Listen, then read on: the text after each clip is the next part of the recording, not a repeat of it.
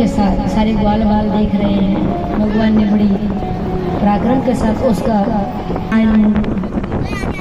भी उद्धार कर दिया। आगे प्रभु बछड़े लेकर के जब सब बालकों ने कहा कि ये गुफा तो पहले थी नहीं नाला, ये कहाँ से आया? वो था अघासुर, जो अजगर के रूप में मुंह फाड़ करके बैठा हुआ था कि ये सब मेरे गुफा समझ करके अंदर आए तो मैं इनको निगल जाऊंगा, तो ये सब खत्म हो जाएंगे। तो मुंह फाड़ करके गुफा के समान ये लेट गया। अब बालकों ने गुफा समझ करके आनंद लेते लेते कि ये तो असुर है। अंदर जाने के बाद बालों को बाहर निकला और अघासुर का उद्धार कर दिया। तो वहां एक दूसरे का झूठा भोजन कर रहे थे। अब ब्रह्मा जी ने कहा कि देखो तो क्या हो रहा है। ब्रह्मा जी मोहित हो गए, ये कैसे भगवान है भाई? ये वैकुंठ में रहने वाले नारायण। अब भगवान आकर के देखे तो ना बछड़े मिले ना बच्चे मिले।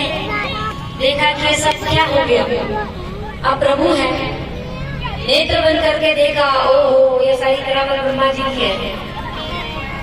मैंने क्या मोहित हो गए। जैसा पुनः था पहले उसी तरह भगवान ने अपने विस्तार कर दिया रूप का। और 1 वर्ष तक इसी तरह ब्रज में बछड़े चराने आते खुद को ही और खुद ही जाते। लेकिन ये घटना बड़ी विचित्र थी। बलराम जी ने देखा कि पहले तो गाय इतना प्रेम नहीं करती थी बछड़ों से, लेकिन ये अचानक हुआ क्या कि गाय बछड़ों को पेट भरने के बाद भी दूध पिलाती ही रहती है। और दूसरी बात ये भी ग्वालिनियां इतना प्रेम अपने बच्चों से नहीं करती कभी। लेकिन ये अचानक इतना प्रेम कैसे फूट पड़ा इनके हृदय में। बलराम जी ने ध्यानस्थ होकर के देखा कि वो बछड़े भी सब कृष्ण ही दिखाई दे रहे हैं और वो ग्वाल बाल भी सब कृष्ण ही दिखाई दे रहे हैं। पूछा भैया क्या बात है? तो बलराम से कहा कि ये सब ब्रह्मा जी की करतूत है। तो इस प्रकार 1 वर्ष तक प्रभु ये लीला करते रहे। और जगत में यही तो है, समस्त जगत ही तो कृष्णमय है। पेड़ के अंदर भी वही बसा है, गाय के अंदर भी वही बसा है, कुत्ते के अंदर भी वही बसा है, वही सबके अंदर विद्यमान है। ये सारी सृष्टि ईश्वरमय ही है, अन्य किसी की और नहीं, हमारी नहीं। हम मानते कि हमने बनाया, हमने किया, लेकिन नहीं, ये सारी सृष्टि कृष्ण ही है।